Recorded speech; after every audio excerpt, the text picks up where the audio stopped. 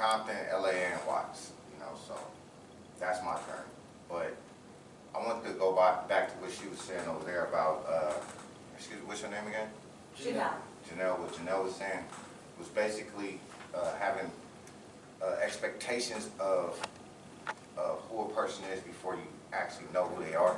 So it's kind of like judgmental, you know, being judgmental towards people's situations. A lot of the encounters that I have with law enforcement, no matter whether I was on this side of the tracks or that side of the tracks, it ain't never been positive, to be honest. It's always how much time, what about my people's at home, no money for bail, stuff like that. Like, I've seen it all across the board through my neighborhood and where I come from, and you know, my family members. I lost a lot of my family members to the system. So I'm already guards up about what to expect from law enforcement when I see them.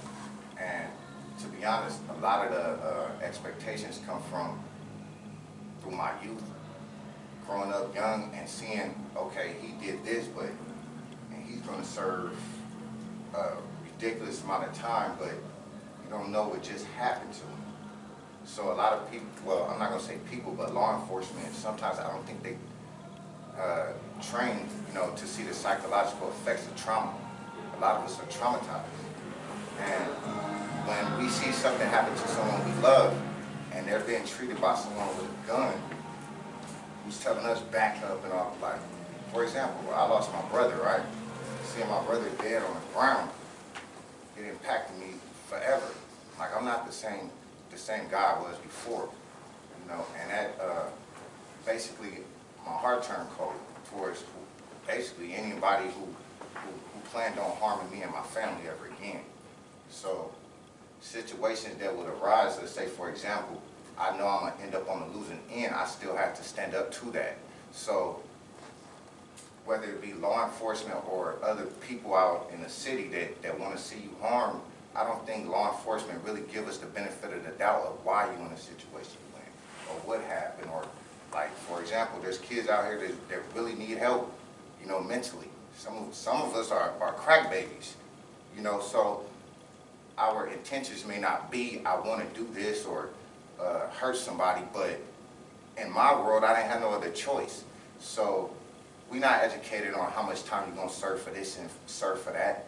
Sometimes people would think twice about what they're doing if they knew what was going to happen if they got caught. I'm not saying everybody knows nothing's going to happen, but some people don't want to be in jail.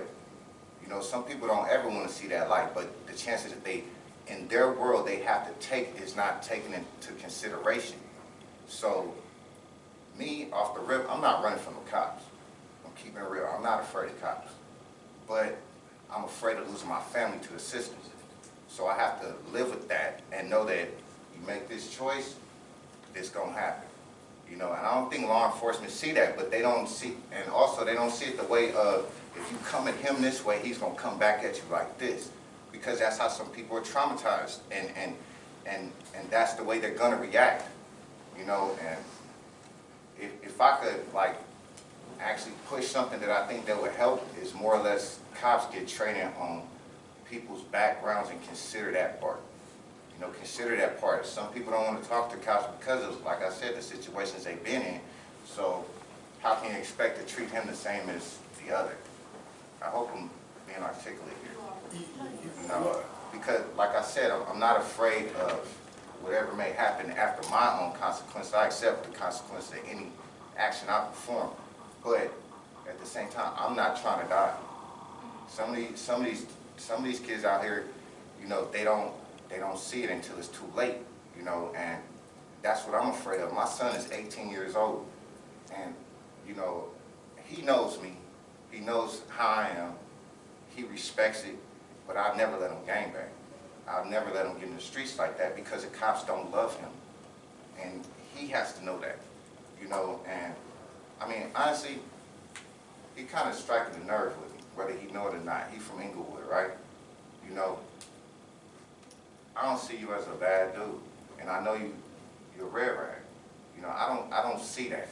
I know plenty of red rags, but knowing my son and looking in your eyes, it's almost like, man, only if he knew. You know know what I'm saying? Everybody ain't gonna love you. Police definitely ain't gonna love you. They may give you a shot here and there, but are you incarcerated right now? Yeah. All of y'all.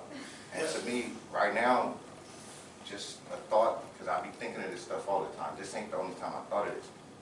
I think a lot of the schools and place, I don't know if y'all have programs like that, but I believe that y'all, let's just say law enforcement or CDC, they need to bring some of them lifers to them schools where the kids are and let them talk, instead of taking the kids there. Some of them, they'll give dramatic stories that people never heard of, and the reasons why they're in the situation that they are in. And I'm not saying to like wipe off time from their records, but to let them know, like, hey, you'll never see me again. You know, I'm not in the grave, I'm still here, but I'm technically in the grave. You know, and I think that would help.